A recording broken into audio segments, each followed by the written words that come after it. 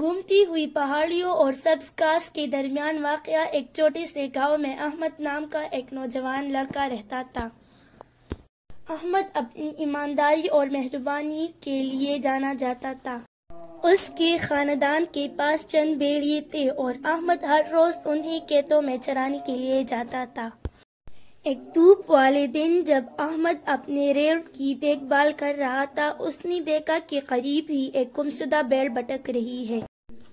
بھیڑیے خوفزدہ اور تنہا لگ رہی تھی۔ احمد نرم الفاظ اور نرم تبکیوں سے تسلی دیتے ہوئے نرمی سے بھیڑوں کے پاس پہنچا۔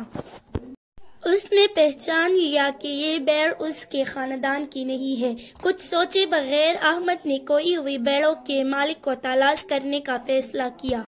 اس نے گاؤں میں بھیڑوں کی رہنمائی کی، دروازے کھٹکھٹائے اور پوچھا کہ کیا کسی کی بھیڑ کھو گئی ہے، لیکن اس کی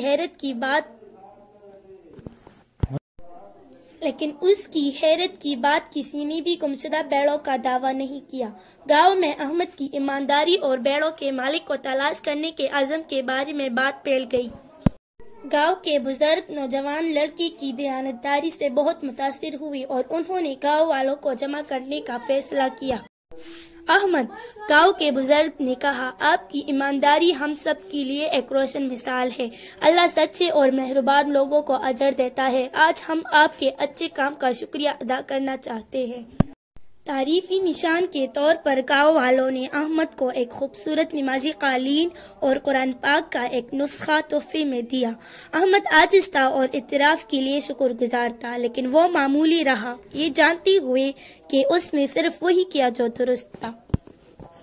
جیسے جیسے سال گزرتے گئے، احمد ایک ذمہ دار اور ایماندار نوجوان بنتا چلا گیا۔ سچائی کے لیے اس کی شہرت گاؤں سے باہر پھیل گئی اور آس پاس کے قصبوں کے لوگ اس سے مشورہ اور رہنمائی حاصل کرنے لگے۔ ایک دن جب احمد کھیتوں میں اپنے ریوڑ کی دیکھ بھال کر رہا تھا تو ایک عقل مند بوڑھا آدمی اس کے پاس آیا۔